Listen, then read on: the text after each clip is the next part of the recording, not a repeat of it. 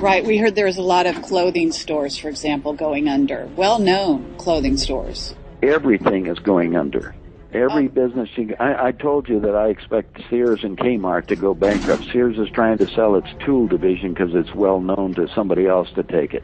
The automobile industry is being maintained by what? Washington loaning more money again to the automobiles. Nobody's buying automobiles now either. Incredible. I mean, so there's a centralization of ownership. They're basically going to own everything. That's what it is. Socialization. So it's basically the one world order is a socialist dictatorship controlled by a very few people, coming back to the 13 families out of Switzerland. Now, do you agree with the idea that there is going to be a lag between, if you say October was the bell ringer sort of drop in everything, and then from there on there's sort of a slide, like when the Big Depression happened in 1929, then there was sort of a 3-year lag during which people still more or less had money till about 1933 when everything went down to nothing. So do you think we have a lag? And I understand that we're on an escalated timeline, so it's not going to be like it was then, but what do you think we've got here? I think exactly what you're saying. We're going to go into worse depressions, even worse than 29. Seriously. I've been telling other people, if you need a new toaster or everything, go over and buy them quick because you're not going to get any spare parts. Nothing's going to be sent in. I mean, you can kind of get an indication of that when you go to Walmart, which is the largest company in the world, basically, selling goods, and they transport all the goods. Look at their sales and look what's coming down. Look at the bottom lines, but it doesn't affect most people. They don't care less about the bottom lines of other companies. All they want to do is get their food and get what's going on, and most of it's imported. All these other countries now are going to set up trade barriers and everything because they're trying to maintain the dollar. That's what the Hillary meeting was all about.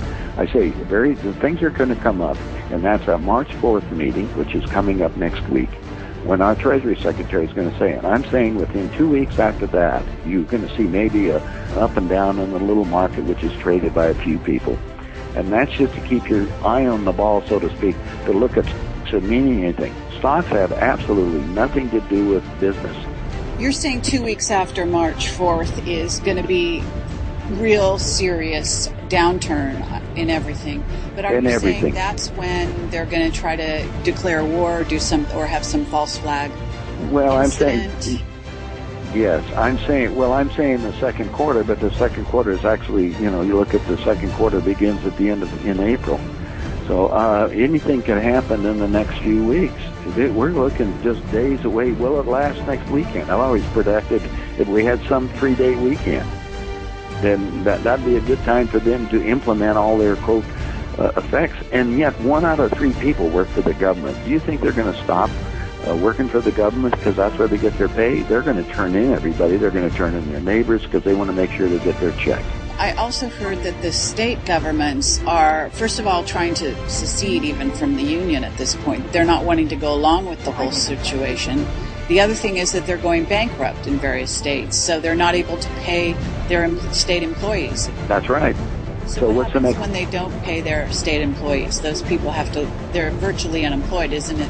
Virtually they go to unemployment benefits, which are not there. Virtually then all your services get shut down, and then virtually you get people walking in the streets aimlessly. You can just see the picture. They don't know what to do because there's nothing out here for them to do. And do you see a pandemic as kind of the next thing they roll out after this economic downturn thing?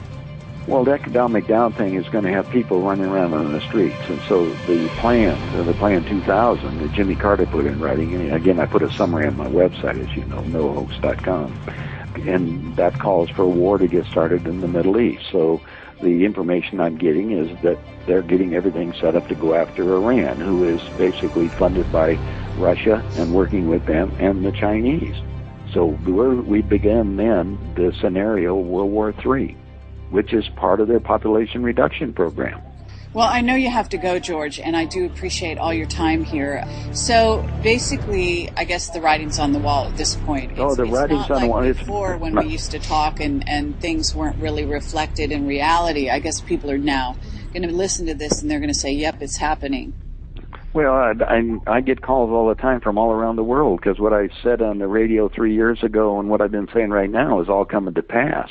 And now all of a sudden people want to go do something about it, and frankly, it's too late.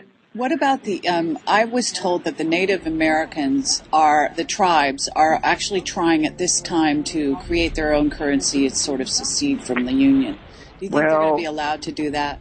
No, well, it doesn't make any difference because there's several places that are doing that. I'm working with our state senator up here to create our own currency for the state of Idaho, using silver as a backing. Is that viable? Can places, I know you said you're helping Panama or something do this. Well, I'm working with the people in Panama. Yeah, it's viable because then you can have something that you can trust. But then everybody in the world is going to run their money to what? We're famous for what? Potatoes up here, right? Right. But the other problem that's involved in it is the weather is changing entirely around the planet, every place, even where we are. It used to be a banana belt. I'm looking out and there's 5 foot of snow out here. Incredible. We don't have 6 to 8 inches of snow in the whole month of January, and I got 5 feet of it sitting on my window. That's amazing, right? Well, okay. It's crazy. I should be back on the plane down with you guys and being warm, but then I just come back from Ecuador, as you know, and it was raining all the time, and it's supposed to be the dry season. Oh wow, okay. So now everything's happening, and then the fruit. I talked to my friends in Costa Rica yesterday, and the same thing is going on.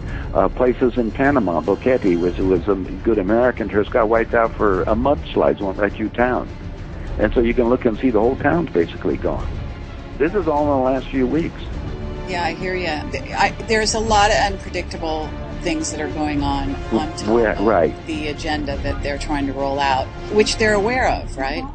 Oh, of course. They're aware of all this. They don't know the exact thing on it. They just want to maintain control. Well, we got everybody control the United States by the dollar and by getting food. And yet the food is, genetically modified to even affect us. So it's not a very good picture at this minute, and it's Bill's fault. I take full responsibility. Well, he's neutral. He's from Switzerland. Remember, the Swiss don't get involved. They just have the money, right? Yeah, they just run the world from there. So, they're trying to. Let's put it that way. The Swiss, and my understanding is the Swiss now won't take new American depositors, as well as the Canadian banks won't take new American depositors or anything else because of the Patriot Act. Yeah.